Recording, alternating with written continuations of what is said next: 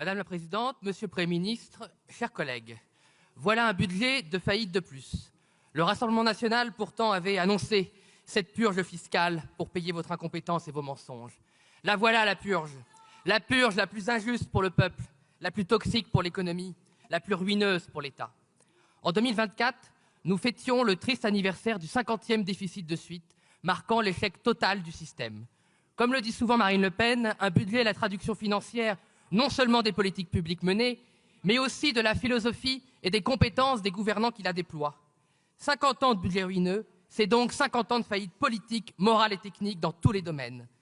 En 2024, les Français avaient d'ailleurs tiré toutes les conséquences de ces 50 piteuses en votant massivement pour le Rassemblement national aux européennes, puis aux législatives.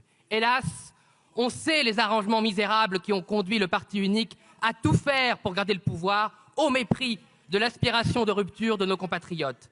Après la non-censure qui a ressuscité cette alliance des zombies du système, ce budget pitoyable, musée des horreurs de Bercy et de la Commission européenne, confirme que nous ne sommes plus en démocratie, mais bien dans un gouvernement illibéral. Dans une démocratie normale, nous aurions pu espérer qu'un demi-siècle de déficit, donc de dette, aurait convaincu les responsables de partir.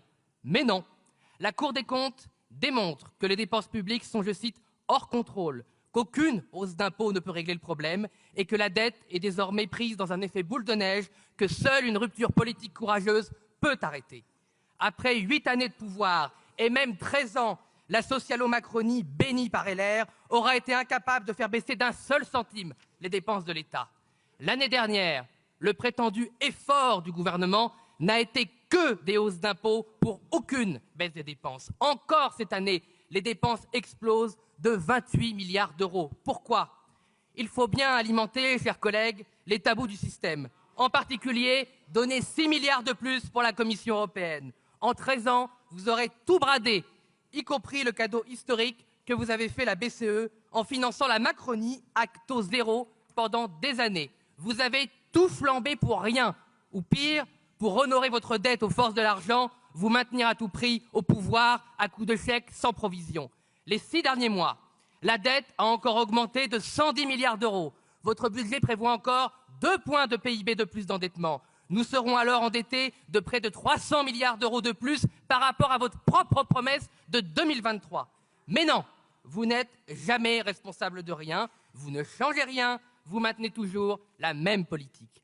Dans une démocratie normale, nous aurions pu espérer qu'atteindre une charge d'intérêt annuelle de 50, puis 60, puis enfin cette année 74 milliards de charges d'intérêt vous aurait forcé à partir. Mais non, vous acceptez que la charge d'intérêt devienne bientôt le premier budget de l'État.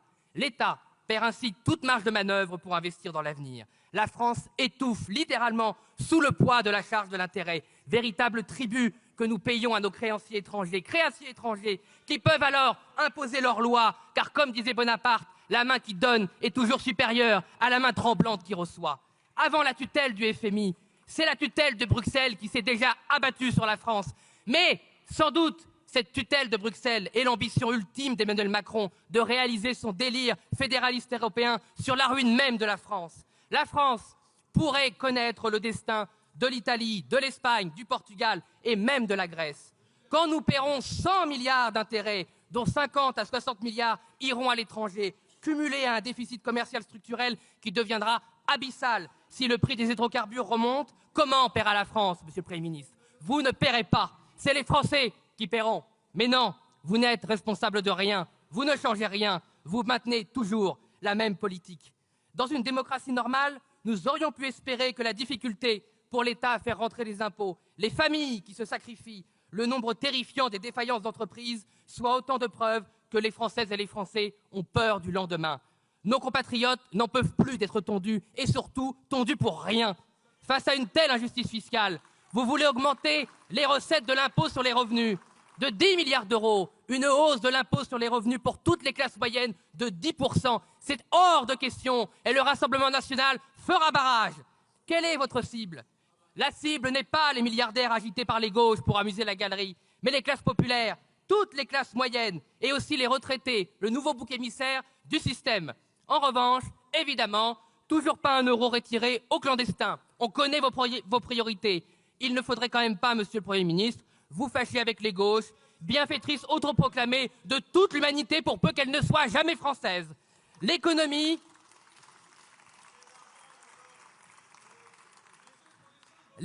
française s'écroule sous le poids de votre incompétence, toujours facturée en impôts, en taxes, en contributions, en redevances, en spoliations et autres privations.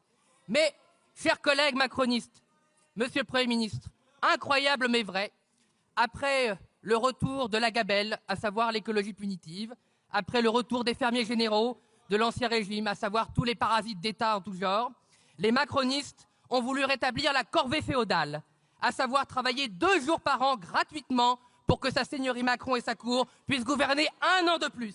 Nous y avons fait barrage. Vous êtes tellement voraces, qu'après avoir essayé de taxer l'année dernière les pourboires, vous tapez désormais les tickets restaurants, mais aussi les malades en affection longue durée. Nous vous mettrons, là aussi, en échec. En Macronie, chaque jour que Dieu fait, pas un seul moment de la vie des Français ne doit échapper à un impôt. Taxer, taxer, taxer, il en restera toujours quelque chose. Eh bien non, collègues macronistes, il est hors de question de vous laisser prendre cette année 1 centime de plus, ni aux salariés, ni aux entrepreneurs, ni aux retraités.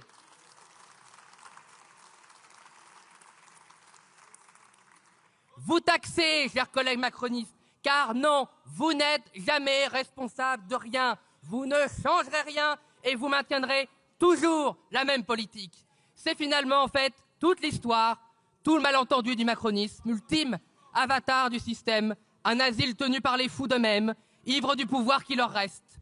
Erasme pensait que les fous trouvaient toujours sans cesse d'autres fous pour les applaudir. C'est vrai, il reste un public pour vous applaudir, un public qui tourne le dos au peuple en refusant la censure.